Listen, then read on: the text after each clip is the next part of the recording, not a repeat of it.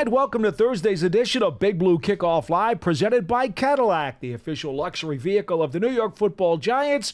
So glad you could be with us again for another hour of Giants football. Special time today because of the Giants having an OTA and a media availability. We had to push things back from 12:30 Eastern Time to 1:30 Eastern Time, but so glad that Super Bowl champion Howard Cross could still join us for this afternoon's program.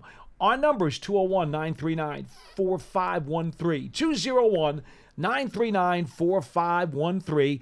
Give us a call. We'll talk Giants football. We're going to review some of what happened today during the Giants offseason team activities. There was a practice. There was some 11-on-11, some 7-on-7. We also had some media avails that will bounce some things off of Howard and see how he feels about the progress of this team. Mm-hmm. And, of course, you can also hit us up at #GiantsChat on Twitter.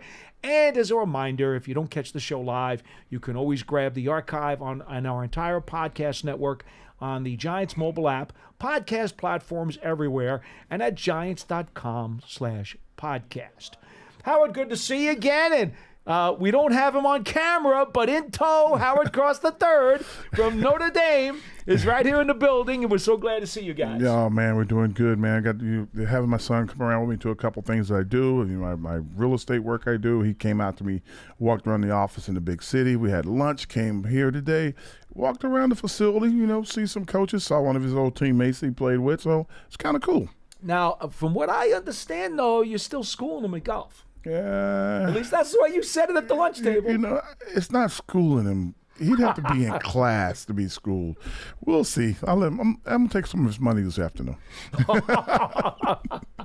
Oh, I see the eyes over there. He's looking. He's looking. He can't do nothing about it. This is a beatdown.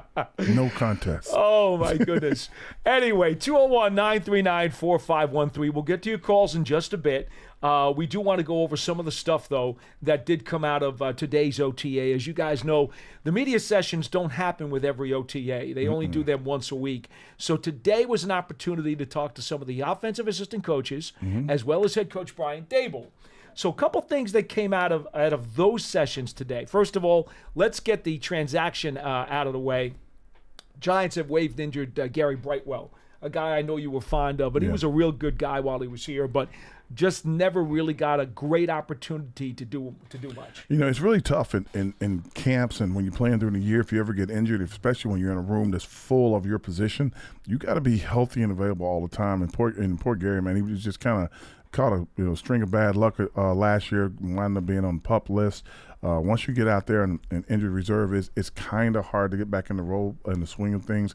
And you would think, though, with the departure of Saquon, that he may have gotten a bigger role, but it just never really materialized for him. So good luck to him. Hopefully he, first off gets better, and then hopefully he gets in someone's camp and makes somebody's team. Because I think he's a pretty good player. His roster spot's been taken by safety, former Pittsburgh Steeler, someone who also had a cup of coffee with the Jets and the Eagles, Elijah Riley. Okay.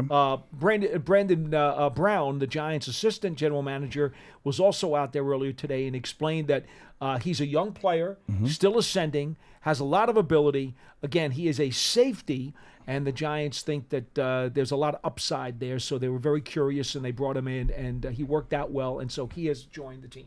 Well, that's good. You know, that secondary, we're going to need as much help as possible. I know we got some guys back there. Departures of McKinney. It's a big departure. We got a great draft pick. One of the top-rated guys. Newman. Yeah, we got top-rated guys in the draft at that position. But we always need more guys. You can never have too many safeties. You can never have too many pass rushers. You want to make sure you stop them any way you can. Okay, of the most important things that were said by the coaches today, we'll start with Mike Groh, the wide receivers coach. Okay. He said he had 3 different chances to meet Malik Neighbors before the draft. And I think this is important, Howard, because we talk all the time about the scouts who have opportunities to research these guys before the draft. And because of the Senior Bowl and because of the Pro Day and because of some of, the Combine, the coaches a lot of times get input too. Yeah. Mike Groh said he had 3 different chances to meet with Neighbors before the draft. He was great. Says so far he's pleased with his progress, has all the tools, very dynamic with the ball. And Brendan Brown also commented that it's a complicated offense, and so far he's been able to seamlessly pick up all the different nuances. Well, two things. He came from a system that was a pro-like system, so that's one thing. I think Kelly and those guys have a pretty complicated system down there in LSU. I think number two, the kid's a study holic. He's kind of a gym rat, so to speak. He's constantly in the gym. He's constantly in his books, or I guess now on the pad as he's studying the plays. Back then we had a giant book. Now they put it on. That's right. Now they put it on a Microsoft tablet, and it's a little different. But you don't get to flip pages and make and write on them. So I don't think you can write on a tablet not the way you used to. But anyway, you would damage it. No, you wouldn't. They have markers. They can. I know do, they got special. They got special pens. But it's really cool that he's that kind of a kid that really, he's a jock. He likes playing. That's a great thing for him. All right, offensive line coach Carmen Brasillo in his first year with the Giants. Couple of interesting tidbits from him. He says he wants versatility, but having said that, it's only because of guys do get hurt, and sometimes you need to move them around. He would like to settle on a starting 5 without a rotation by the end of training camp. He says Evan Neal is concentrating on right tackle and will take it from there. Versatility is not a good term when I hear offensive line. I'm just going to say that. I like that you have guys, you have backup guys, you want guys in there, but you want 5 guys that are going to play.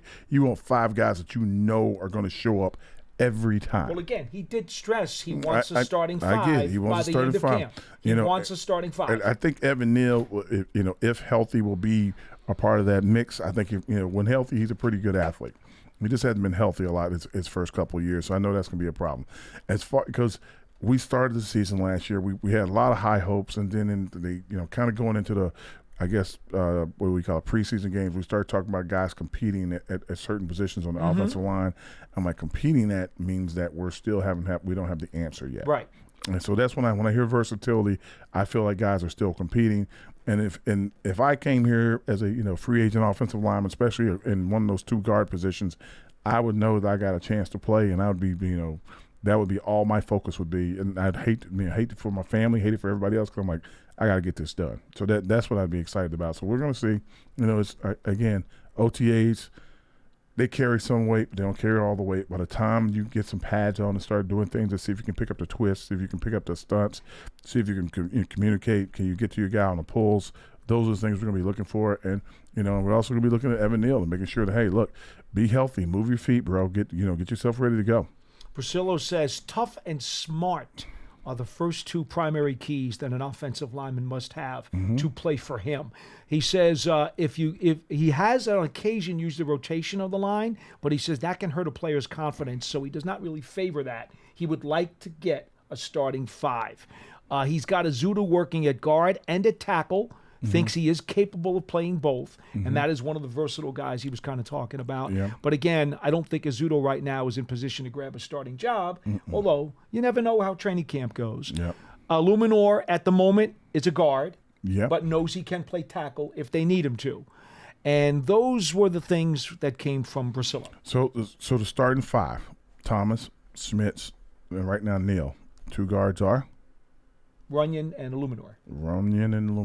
Okay. As it stands today. All right. That sounds good to me. Okay. Brian Dable says he will decide on offensive play calling by the end of training camp. No decision has been made as of yet as to whether or not he will call plays. Interesting. Okay. Okay. I like that. Says there's no update on Darren Waller. Says every other player has made it in for at least some of the spring workouts. As you know, Darius Slayton came in this week. Yes. So that's good for attendance-wise. Absolutely. Dable says Jones has done everything and wants to do everything, but the medical staff is still holding him back to some degree. They want to be very judicious with him. Yeah, I think, ACLs are, you hurt your knee, You just got to make sure that you're 100%. He looks good. I've seen him walking around. I've seen him out at a couple of events. I've even seen him out at the golf course a couple times. He looks good. Yeah, he does. You just got to be 100% secure with your knee when you get started, and you have to do exactly what the doctors say. They know how long it takes to heal. They know how long it takes to, build that muscle back, build everything around it. So, like I said, he doesn't have a lot of atrophy in his knees or around his knees and stuff. He looks as strong as he ever did. So, I'm excited for him. I'm waiting to see him come back. Dable says they're doing some 11-on-11s this spring. Now, remember, there's no contact during these sessions, but he says we couldn't do that last year because we didn't have enough defensive linemen in camp. We have them now, and he goes, I think we missed it. He goes, this is good because the quarterbacks need to feel the rush, and the offensive linemen need to see what's going on, and they need to think about the techniques that they're going to use. Okay, so if you go 11-on-11, you can't have contact. What does Correct. that mean? You can't physically get into it with guys. But you can put your hands on them. Fingertips maybe. Okay, I'm just kind of curious because how you gonna get a pass rush or how you gonna block somebody? He's more concerned, I think, with the speed Russians and some of the moves and the on fakes the outside, that they do. on Yes, the outside. yes, Okay, got yes. it. That's what he was really talking about. He wants the offensive lineman to be able to see those things. Yes, makes more sense. Okay. Absolutely. Yep. So he thinks that's a benefit that they're able to do this year they couldn't do last year. Okay. So he likes that. Steve Smith, the former Carolina and Baltimore wide receiver, is here for the second year in a row. Has a connection to Joe Shane from when Shane was in Carolina with the Panthers. I saw Mr. Smith when I went out there a few minutes ago. Yes. Loved him. One of my favorite guys. Second year in a row he's coming in here. Last year he did a little short segment with NFL Network as a pseudo assistant coach. Okay. Well, this year he was invited back by Joe Shane and Brian Dable, and Brian simply said, Joe likes him, he knows him, I like him, and he's here for a couple of days to share experiences and help the receivers any way he can. Well, the one thing you get from Steve Smith is not just that he's a great receiver, great technician, the little engine that could kind of guy. You get that attitude. Without a doubt. And that's what – I don't care if it's training camp. I don't care if it's OTAs. I don't care if you're in there lifting weights or just walking through the locker room. Attitude is so important, and having a guy that understands and has that feeling about him that, he's that it kind of guy, that's what you want to see walking around. And if guys that don't know him and maybe never saw him play, I'd be sitting by him and maybe walk by him or step in his steps. Maybe I can get some of that to step on me. So you want that kind of attitude when you play ball. When you want to play this game, that's what you really want. 201-939-4513. I think we'll take a phone call, and then, Howard, I'll get some more takes on some of the stuff the Giants said from you. Okay. But let's try to get this phone call in because someone is on hold, and that would be on line 1. And if I could only get the call sheet up, here it is. We will take Hugo in New Jersey. You're first on Big Blue Kickoff Live. Hello. Hey, good afternoon, guys. Hey, Hugo, what's happening? I'm glad Howard's on. No, it's all good, Howard. I believe. Last week there were a number of calls to the show about 1989. I think it was instigated by me, but then there were a few follow-up calls. And, of course, 1989 was your rookie season. Yes, it was. And by the way, my personal favorite in terms of draft classes because of the depth. I think Bill Parcells, who was, kind of hesitant to give a lot of compliments, said that George Young and Tom Boyster did quite a good job that year. And that young talent was the bridge combined with the 1986 veteran remnants to win that second Super Bowl. Oh, definitely. And I'll go through some of the names just to refresh or to educate fans who maybe don't know this class. We didn't have a second-round pick, by the way. There were 2 third-round picks. Bob Cratch, who was a starting guard. Yep. Greg Jackson was actually a very very good safety. Mahwah, New Jersey's own, Bergen County. Bob Cratch, yeah. In the 4th round, Lewis Tillman, who was a slashing, kind of change-of-pace running back. Jackson State broke Walter Payton's rushing record there. That's right. 5th, and here's where where this draft just gets put over the top. 5th round, Dave Meggett, premier third down back. Townsend State. Yep. 6th round, none other than Howard Cross, who played, as you said, Howard. Roll Tide. More than 10% of those 100 years. So enough said about that. And then in the 8th round, this is when the draft was 12 rounds. Myron Guyton, who was also starting. Yeah, another starting guy. Great player. And Myron Guyton and Greg Jackson executed Belichick's game plan in Super Bowl 25 to perfection. Those safeties, would come up and hit the Bills receivers just as was prescribed in that game plan. Now, the interesting thing is the first-round pick, Brian Williams, was actually a very good player. I know George Young was very high on him. Got blinded. His only, well, the eye, he wasn't blinded, but the eye injury really derailed him. Got a thumb to the eye, and he Yep. you know. Well, was it Bernard Holsey who got him? Yes, it was. Yeah. That was in training camp, Sure. and his only issue was he played behind Bart Oates, who was an Ironman. I don't think Bart Oates ever missed a game. No, Bart didn't miss many games. He definitely didn't. Right. So my favorite draft class, but we talked about 1989, and I want to get maybe your thoughts on that season. And there was one game in particular that we talked about last week, which was December 10th, 1989. In Denver. That was the goal line stand, Gary Reasons. Yeah, the snow game. And I brought up the Dave Meggett 3rd and 31 play, which Parcells referred to as 3rd in Arkansas. And interestingly, when I went back and watched the video, you were out in the middle of the field after the play congratulating your teammates. And based on your body language, Howard, I could tell you were thinking, I ain't in Alabama anymore. Oh, bro, that was the first time I'd ever really seen like snow. So it was very interesting. Hugo, I got a bunch of other calls and folks who want to talk about this year's team. So I'm going to let you go on the history lesson. Howard will be on another time. Be well. Okay, very good. 201-939-4513. That's a lot. That's a lot of names there. That's pretty good. It was a great class. It was a terrific season until the Rams playoff game. Yeah, Flipper Anderson. Right through the tunnel. What are you going to say? Right through the tunnel. Yeah, it was not fun. The ending of that season was just not fun because that team could have done some really good things. I think it would have had a chance to go probably pretty deep in the playoffs. I think so too. Yeah, I think it would have been San Francisco and the Giants again right before. They had 2 years in a row. The Otis Anderson had 1,000 yards that season. 1,024, I believe. People think that he had that in the following season when you guys won the Super Bowl, but actually he didn't because he and Rodney Hampton split most of the carries during the season. Because Rodney was a starting running back. Right. Yeah, Rodney was awesome. First-round pick out of Georgia. He broke his foot, and then it was up to Otis to carry the load for the end of the year. You know, but it was really the 1,000-yard season and when Otis was comeback player of the year in '89. Yeah. That really had your team humming. 201-939-4513. Calls are lighting up. We'll get to more of the Giants' thoughts today after we go to Len from Maryland. Hey, You're Len. next on Big Blue Kickoff Live. Hello. Hey guys. Paul. Hi. Howard, how you doing? Very good, Len. How we doing? Good. So it's take your son to work day. It's terrific. Yeah.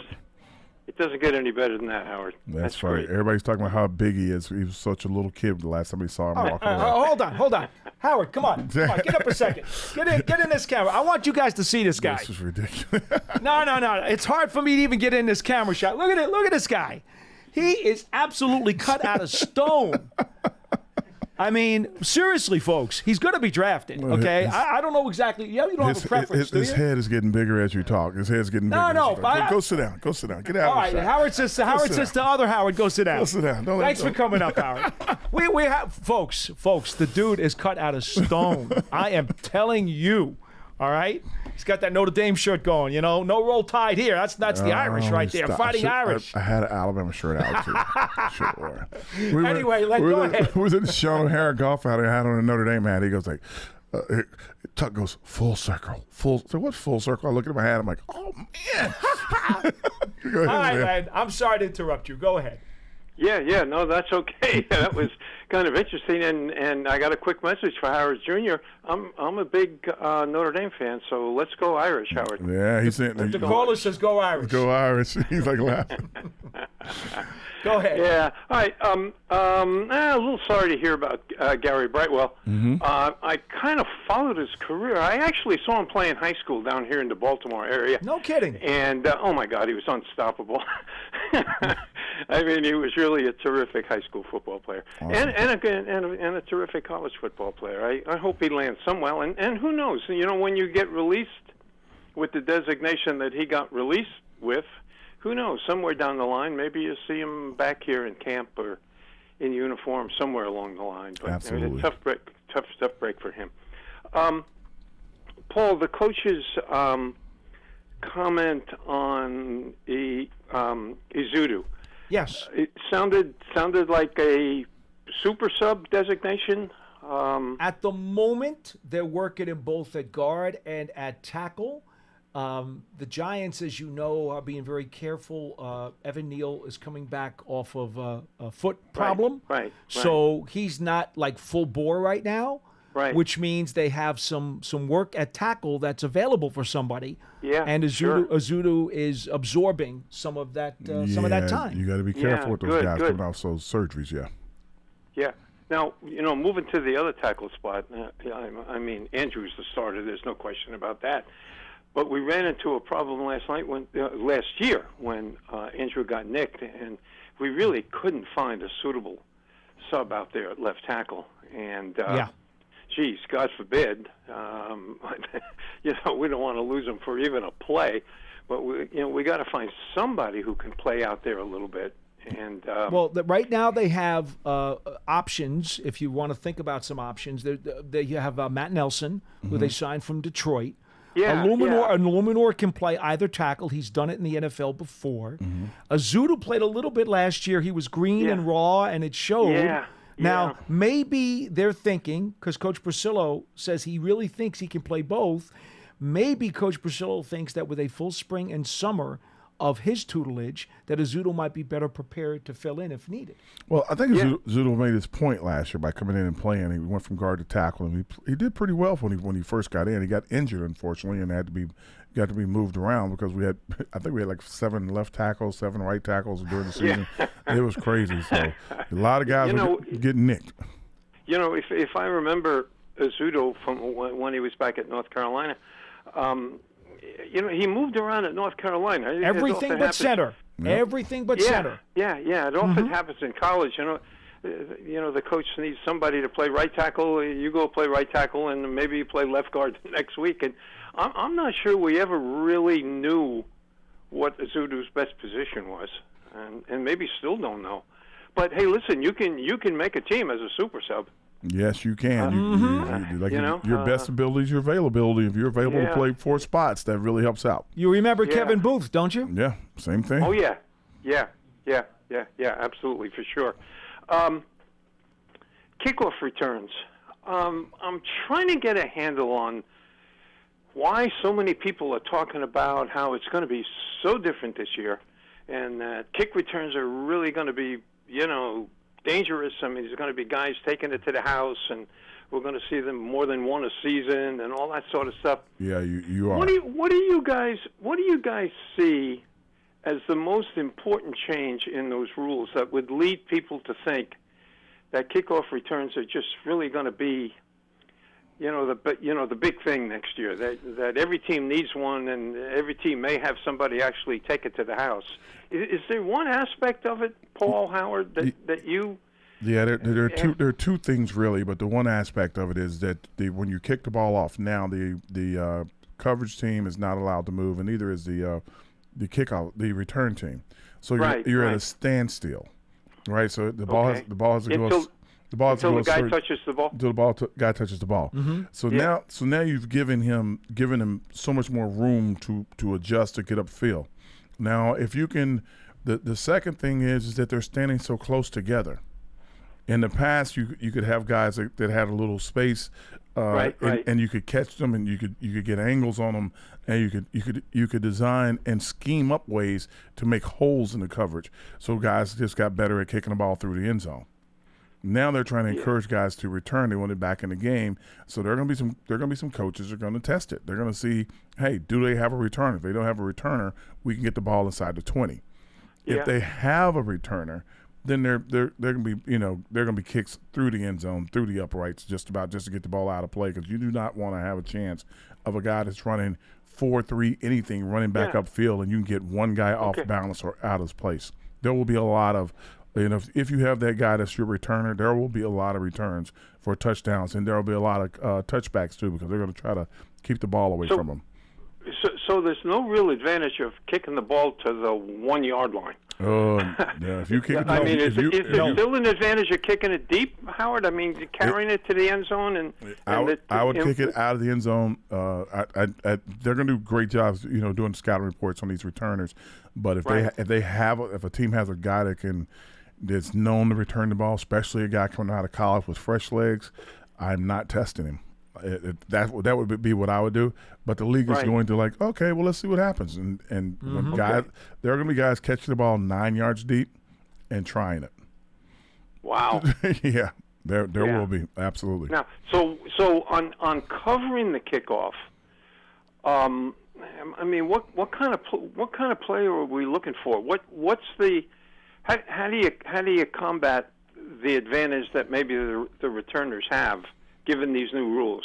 Kick the ball out of the end zone. Kick the ball out. You're going to have a lot of safeties, a lot of running back, speed. A lot of safeties, a lot of running back. Yeah, speed, you need the guys that have a little more build on them that can get through a block. To try to get downfield, and you're going to have the same guys or the same kind of guys on the opposite side. So it's going to be a little harder than people think to get a guy off his pace. But if you got like two safeties and a running back in the middle and two running backs in the middle, they'll have two safeties and two running backs probably matching them up, trying to keep them off. You'll take your corners and your receivers, put them out on the outside to try to squeeze in to squeeze the coverage, to bubble everybody in. But the biggest thing is going to be you're going to have guys with similar speed across the board. If you get one guy that's a burner that gets down there and he leaves a gap, if he misses, there's a hole.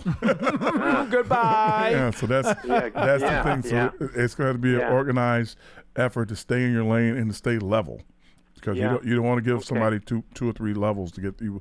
You want to make sure that they don't get through the first level. Len, I want to move the show along. I appreciate the call. Yeah, go for it. Thanks for taking my call. 201-939-4513. We'll go back to the calls in a few moments. I want to get some of the other takes, though, from the Giants people here, Absolutely. Howard. Dexter Lawrence said the defensive linemen are working more in unison with the edge rushers this year because they want both groups to be on the same page. He thinks that can be very advantageous. Also said he's working more on his speed rushes and using his hands a bit more. That's scary. I'm just going to start out with Dexter Lawrence thinks he needs to work on something to get better. I feel bad for people. I'm like, you can get guys cut playing against him. I think that them working together in unison probably means that the stunts and the twists will be more organized between the two of them. I think that sometimes when they're, again, the way the rules are and the way you have to practice, it's kind of hard to organize that where you're going against live contact. So they're probably going on air a lot, trying to get those steps down, to, and the timing down to get it done. But for him, talking about he needs to work on his speed rush more. Like he's on top of guys sometimes in the first or second step of a 3-step drop. So what's he going to take the snap? I mean, I have no idea. That is scary. I'm telling everybody in the league, listen, that 97 is working on his speed rush. Good luck. That's awesome. All right, Darius Slayton, who came back into camp, missed some of the voluntary practices earlier, says he is satisfied, quote, satisfied, and he's looking forward to playing ball, knows it's a business, and he's glad to be back. And Brandon Brown also mentioned how happy they are to have him back and glad that everything is copacetic and they're moving forward. So that really doesn't need any explanation. Also, JMS, the Giants center, John Michael Schmitz, says he would like to see the starting guards position solidified early because they can get more reps together, and that will allow them to gel and play better together. Well, he had a great start of the season, the first 2 or 3 games. And then rotating linemen. Then he got hurt. He got himself hurt. He was out. Then they were rotating guards in the entire time. And as a rookie, you want two guys, one guy to your right, one guy to your left, that they're helping you with the calls, making sure you're on the right page with everything, so that it's a lot easier. And you don't want it to come down to 3, 2, and then you're snapping the ball and you're not sure what the call actually should have been. Right. Because if a guy moves a little bit, it changes everything, and it's just hard to do if the guys beside you aren't on the same page the whole time. He also added that right now the linemen are working on their hand placement, and he says he particularly wanted to improve his footwork and his second-level blocking and maintaining longer blocks downfield when he looked at the tape. So that means when he's pulling around and coming through, he wants to be able to not just hit the flowing linebacker or safety. He wants to be able to hit him and stick with him for 4 or 5 yards, which is that's just running and hustling. Like I tell kids all the time, the biggest part of the game is running. And you have to run constantly, be in the camera shot, be close to your guy. You have to run, and he's just doing basic football 1-on-1 there, getting his running better the entire time. I like that. That's smart. adds that he wants to become more of a leader as well in his second NFL season. I go to Drew Lock now, and Drew says he's learning his fourth offense. So one of the things that he really likes about that, though, is because it's allowed him the experience of how to learn an offense because he's been through it so many times. And he says it's a lot of fun, Dable's offense. Says he knows he's been doing it for a long time, and Dable has always given him tips and reminders about what to do. And he thinks it's a really exciting situation. He says that he remembers talking to Shea Tierney when Tierney was with the Bills. He was coming out for the draft, and he said, I knew Buffalo wasn't taking me because they had Josh Allen. But I talked to him anyway because I thought it wasn't a bad idea. Yeah. So that was kind of fun. Says he's confident in who he is, doesn't listen to outside noise. Wish that he was better at that early in his career because he let a lot of stuff bother him when people talked about him when he was at Missouri and younger. Knew Daniel Jones. They were roommates at the Senior Bowl. Says Daniel's been very helpful because he's been participating in some 7-on-7s, and also he and Daniel watch film together after practice. Well, that's smart. Be with the guy and make sure that you're a voice for the guy that you're backing up, and it's a big moment for a quarterback, especially the backup quarterback. Yep. They should be talking and seeing the same thing. So when something goes on the field and Daniel comes off, he can sit there and talk to the quarterback coach, but he should be also talking to the guy who's his backup, because his backup should be like, okay, I know what you're looking at, but this also happened. Pay attention to that. That helps him out with that second set of eyes. And if he knows what Daniel's looking for on every play, it helps him, be better, making some of the same decisions. Same thing with DeVito. DeVito was known to do that too, as well as to watch the plays as they're going on the field, and that helps you. God forbid you have to play. I mean, God forbid for the sense like, oh my God, you got to play, but that something happened to the guy in front of you, then you're ready to play and you're looking at, and that there's no drop off because the receivers hear the same thing and see the same thing and have the same thoughts. The backs have the same thoughts. The offensive line knows exactly who you need to be picked up, who's dangerous. So you want everybody on the same page. And the only way to do that is to be with the quarterback, their starting quarterback the entire time. Locke said when he was in Seattle last year, that win over Philadelphia did a lot for him. Told him that he knows now that he could do it, helped his confidence. Says it's been great getting so many extra spring reps. That built his confidence as well. Says he'll be ready if called upon when the time comes, and says this too: I know how to be a backup because you have to do everything you can to be ready. And he says, I am a backup, and I'm here to help Daniel Jones. Well, that's good for him to say, but also you're never really a backup at quarterback because last year I think how many QBs did the league have play last year? Like almost 60 or something? Yeah, it was like a record. Yeah, so you're never really a backup at this day and age. You have to be ready to go the entire time. Finally, on the quarterback draft, Brandon Brown, the Giants' assistant GM, said the team did due diligence on all of them. He said you have to do that. Do all your research, especially when you're picking high. You have to go through all of the process. And so that's really the way he addressed the quarterback situation, because the Giants were asked, or he was asked about, what did you think of the quarterbacks and how did that impact your decisions and stuff? And he goes, look, you just have to do your due diligence. That's just the way it is, especially when you're picking so high. You have to do all of your research. Did say that Locke has moxie and competes. That's why they wanted him here. He has a gamut of experience that will help him in this complex offense. He also mentioned why the Giants did not take any offensive linemen in the draft. He said they knew going into the offseason that they could bolster the offensive line through free agency. They didn't take anyone in the draft because they took guys who they really, really liked at positions that they felt they needed help, and that they had done enough in free agency that those names along the offensive line in the draft just did not come up in their spots. Well, two things. The guys they did draft in those spots, like the 2, 3s, and 4, they drafted the highest rated guy at his position at that spot. So that's kind of out of the question. When you're trying to get the best player, you're trying to get the highest rated player at that moment. So they did a good job there. As far as, if you're addressing the offensive line in the free agents market, they did a good job of that. But you have to also remember that you have some guys that they didn't have like season-ending injuries. They had injuries that were going to keep them out for the last few games of the season, and then they will be able to have an off season and be back and ready to go right away from the season. So you got more guys available than you think, because they're going to be back ready to play. When you think about guys like Azudu and stuff, they're ready to go. As far as the quarterback evaluation, I will say this about the quarterback evaluation: everybody hold your breath. I think you're going to be really surprised by who plays well and who doesn't play well, who gets on the field right away, who doesn't get on the field right away. Some guys are going to be forced on the field. They may not be ready for it. Some guys are going to be forced on the field and not have anybody to throw the ball to, and they're going to look a little different than what you thought. So don't go into this thinking like, man, these guys are great.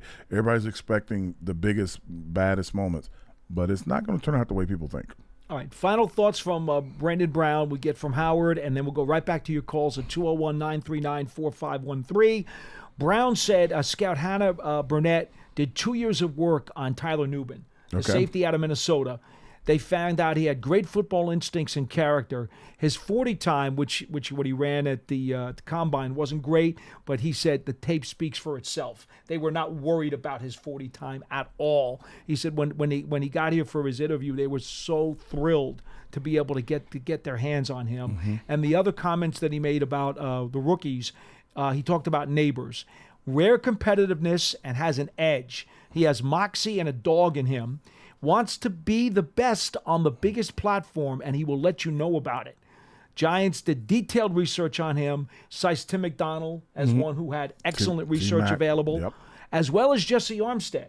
Said Jesse has been very key in not only researching Neighbors, but getting him acclimated once he got here, and says that Neighbors raises the competitiveness of the entire wide receiver room. I told everybody, I'm like, that's the second coming of Odell Beckham. People are like, I don't know if I liked Odell. I'm like, one of the most talented receivers the Giants have had in here in such a long, long time, and an incredible work ethic. He worked so hard. He was a vicious, vicious competitor, and I love that about that kid.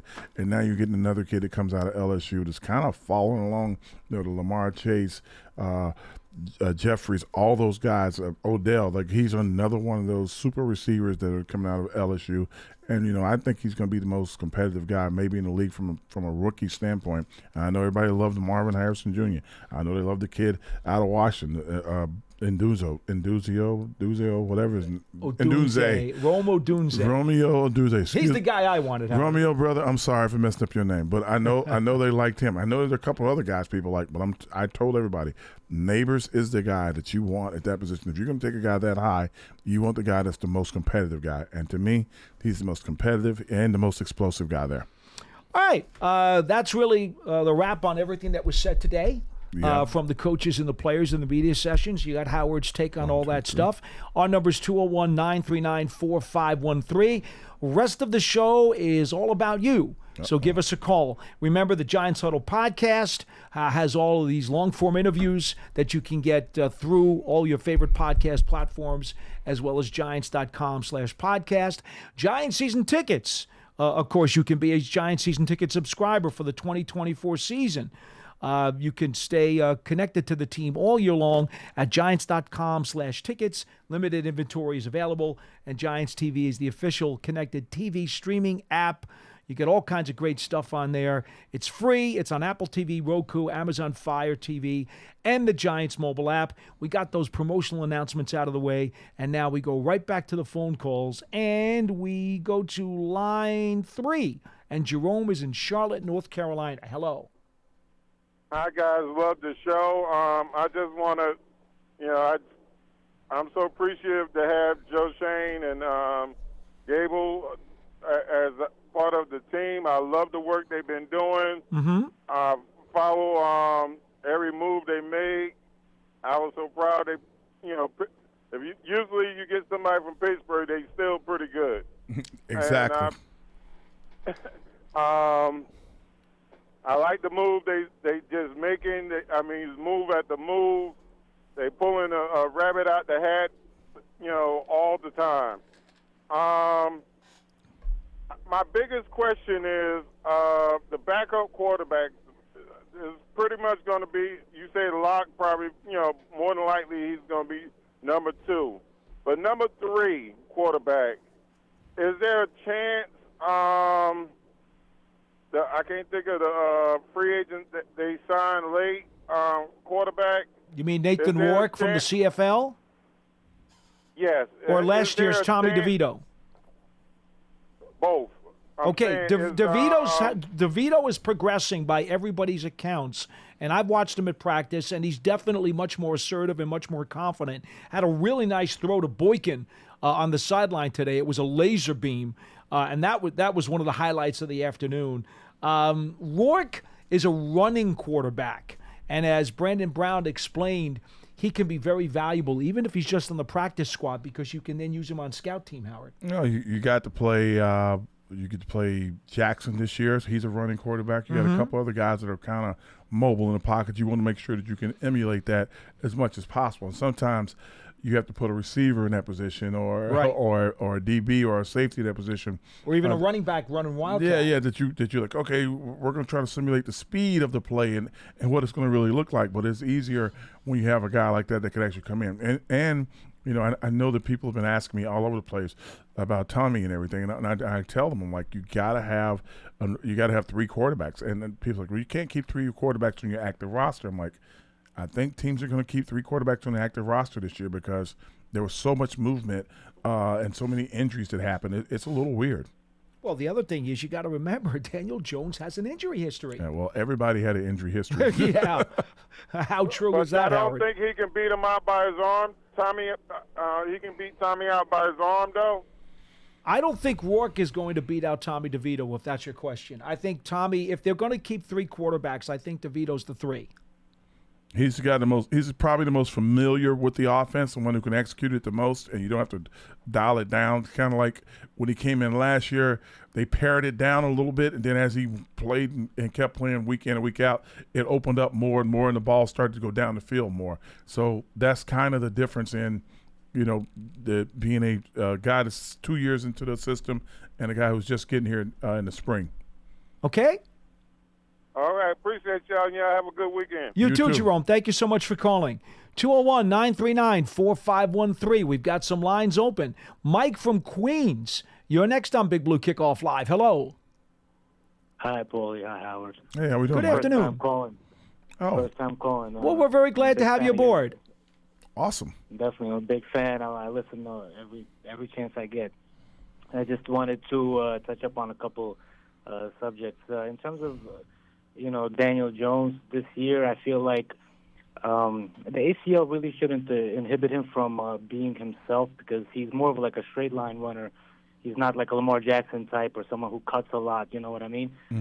Especially when he gets out into the open field. So for him, it's going to be key, because I feel like, unfortunately, I feel like the Giants are going to move on after the season due to all the circumstances. Obviously, 5 years the guy hasn't had an average O-line or not one stud receiver all these years. And we got with people talking about Jalen Hurts, like he's been amazing. If you look at his history prior to him getting A.J. Brown, there was issues there as well. You know what I mean? He was struggling, and that's despite the fact that he had a great O-line, not even close compared to ours. But I feel like he really needs to let it loose this year and just not even think about the ACL to really have success. If he's going to be, tentative out there, and thinking about his, ACL, there's going to be, I feel like it's going to be issue in terms of his performance. As a player who had an ACL, I can tell you as a fact, that all sounds good. That's not how you feel when you're out there. It's going to take a second or two. As Sims used to say, you got to get hit. Once you get hit and get back up and like, okay, everything's still together, then you get better at it. But until you get somebody to really put pressure on you, and you don't know what your body's going to react to after the hit, it's kind of hard to do. They can hypnotize you, make you a sleepwalker, do anything, but until someone hits you and it's tested in your mind that it got tested, it's one of those things. And that's just that is coming from me, from having one myself. I got you. I feel like it's also, maybe you can tell me, because I never had that type of injury, but I feel like it's more mental too, right? Because you're coming off surgery. I feel like for a wide receiver or some other position, I understand. I could understand some of the tentativeness. You know what I mean, cutting on that leg. But for a quarterback, I feel like it shouldn't be. They're not doing too much of that cutting and all that. So I feel like maybe he can progress with that quicker. earlier in the season compared to other positions like corner or wide receiver. But the one thing I wanted to talk about, Paulie mentioned that there might be an adjustment for Malik Neighbors. Paul, I don't know. Maybe you can correct me, but I feel like when you're talking about a guy of the caliber of Malik Neighbors, if there wasn't 3 quarterbacks in the top 3, he could have easily went top 3. A lot of people think that. Yep. Sure, but it's still the NFL. You know what I'm saying? Carl Banks likes to say there's a phrase that he uses, and I love it. These guys are not just add water.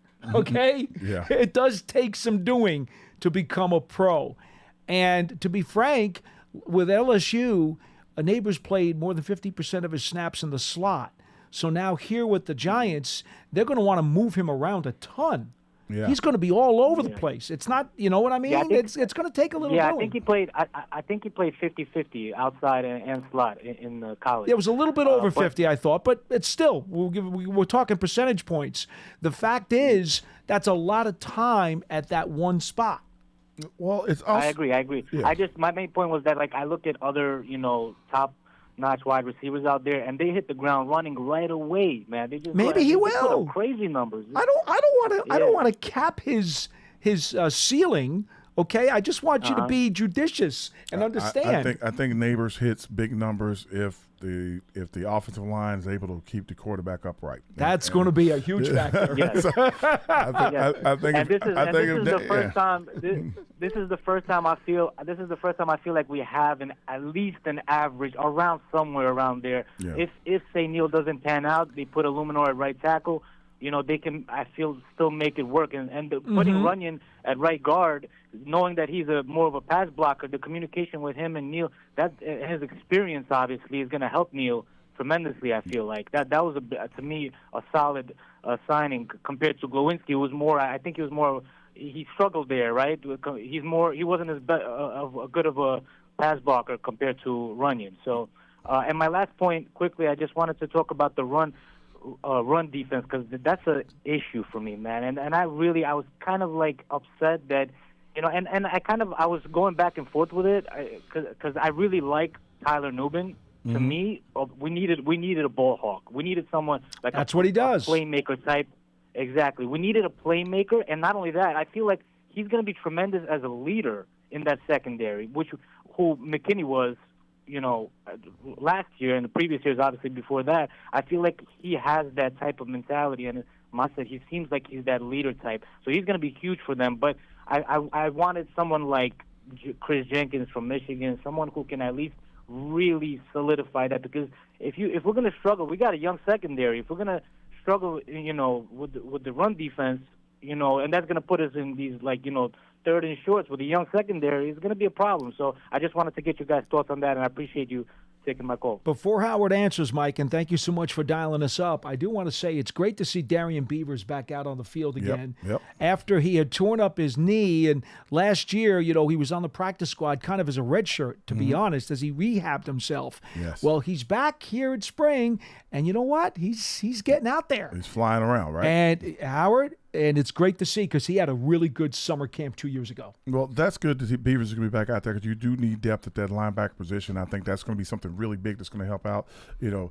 We bring a guy in, we sign him, and he plays every snap. Now, I don't think he still does. I think he's still going to want to play every snap. Okereke, he's not coming off the field. But it's good to have a couple other guys out there that if he needs a rest, he can get one. I think also, we're talking about the big man, 97, and his pass rush and all this stuff. Everybody has to remember, he is devastating.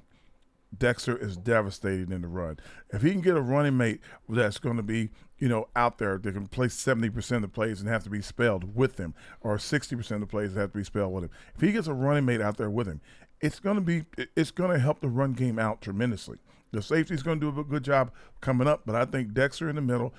We got another big-time pass rusher on the outside. So that's going to help. You got 3 big-time guys coming up the field. And don't forget, Ojulari can be added to that mix from an interior rusher. And you could have 4 speed guys up front. So it's going to be interesting to see how these guys gel. It's a different defense altogether. We got a new defense coordinator. Everything's going to be a little bit different, but they're still running the preliminary 3-4 front. So it's going to be interesting to see how they do it. 201-939-4513. We got about 5 minutes left. Then we got to kick it out of here today with some production issues. We're getting kicked out of here. Alex from Philadelphia, you're next on the show. Hello. How you guys doing? What's going on, guys? You got to Good to talk to you. You got to whisper, Alex, because you're down in Philly. Is everything all right, man? No, is this a distress call? Is this a distress call? I got you. I fly the blue flag out here no matter what. All Don't worry right. about that. That's awesome. No, I just wanted to make a comment about like our roster. I think, to be honest with you, I think that this year we're a better team on paper. Mm-hmm. I think so, but to be honest, this year I think that we're going to show a lot of improvement. Just because I think we overachieved a little bit in 2022. Yep. People are looking at us at 2023 to be some type of playoff team, and I think we overachieved a little bit. But I honestly think 2023 we were a better team. We added talent. If you look at our team 4 years ago compared to the talent that we have now, it's tremendous. Just think about it. Even in 2022, the people who stepped up were our year 4, year 5, year 3 players. You know, Dex, DJ. We don't have Saquon anymore, but McKinney, we don't have him anymore. But those are the people who step up. So I'm looking this year for Kayvon, Neal, McFadden, Belton, Banks, Wandell. I'm looking for that 2022 class. Hey, Brian Burns is in the prime of his career too. Yeah, don't forget Burns. Yeah, I mean, Burns, but veterans, which I love what we did with the O-line, is add veterans. Veterans are going to give you what veterans do, especially someone like to the caliber of Burns. Burns, he basically does the same thing every year. You know, he's going to rush the passer. He's going to give you explosiveness. He's someone that they have to key into. But I'm looking for the talent that we've gathered through the draft. I'm even looking at second-year players. You know, they show promise. I think Banks is going to be a stud eventually. I don't think he got enough credit for the amount of talent of receivers he had to face in his rookie year in a scheme that basically puts him on an island. So I think Banks is going to take a step forward as well. I see our young core developing, and it makes me excited about what Shane and Dable are doing. And I think that we're going to come into the season with a chip on our shoulder. I think a lot of people wrote us off because of last year, but forgot that, we kind of overachieved in 2022. We definitely were a better team last year. Tough schedule, injuries, and I'm excited, man. I'm really excited for this season. I think the biggest part of this season is just AT. If you just look at the stats with Daniel Jones and Andrew Thomas out on the field, it's like night and day. Yep. It's literally night and day. We have Andrew Thomas out there. He's a stud left tackle. He's probably one of the best in the league. If you have him out there, it makes a huge difference. And people forget we didn't have him for a good amount of time while we're rotating players playing basically the top teams in the league last year in the first couple weeks of the season. So, but I think this year the schedule is a little bit kinder to us. We got some more home games. I think there's nobody on. I mean, there's maybe a couple teams on our schedule that's like, oh, that's going to be a tough one. But I think that we have the talent. We come in, and I think if the O-line blocks, AT stays healthy, I think we're going to surprise a couple people this year. Alex, appreciate the phone call. We got to run. Thank you so much. Hope to hear from you again. 212-939-4513. Write it down. Give us a call the rest of the week. We'll be back again tomorrow here on Giants.com. Howard, enjoyed it. Thanks for bringing your son today. 201, wasn't it? Is it 201? 201. Yeah, 201. What did I say? 212. Did I really? 201. We're in North Jersey, folks. I know New York thinks that they have us, but they really don't. They're on the other side of the river. That's the other side over there. For Howard Cross, Super Bowl champ, I'm Paul Dottino, and for Howard Cross III, thanks for stopping by. That'll do it for this edition of Big Blue Kickoff Live. It is presented by Cadillac, the official luxury vehicle of the New York Football Giants. We'll see you next time.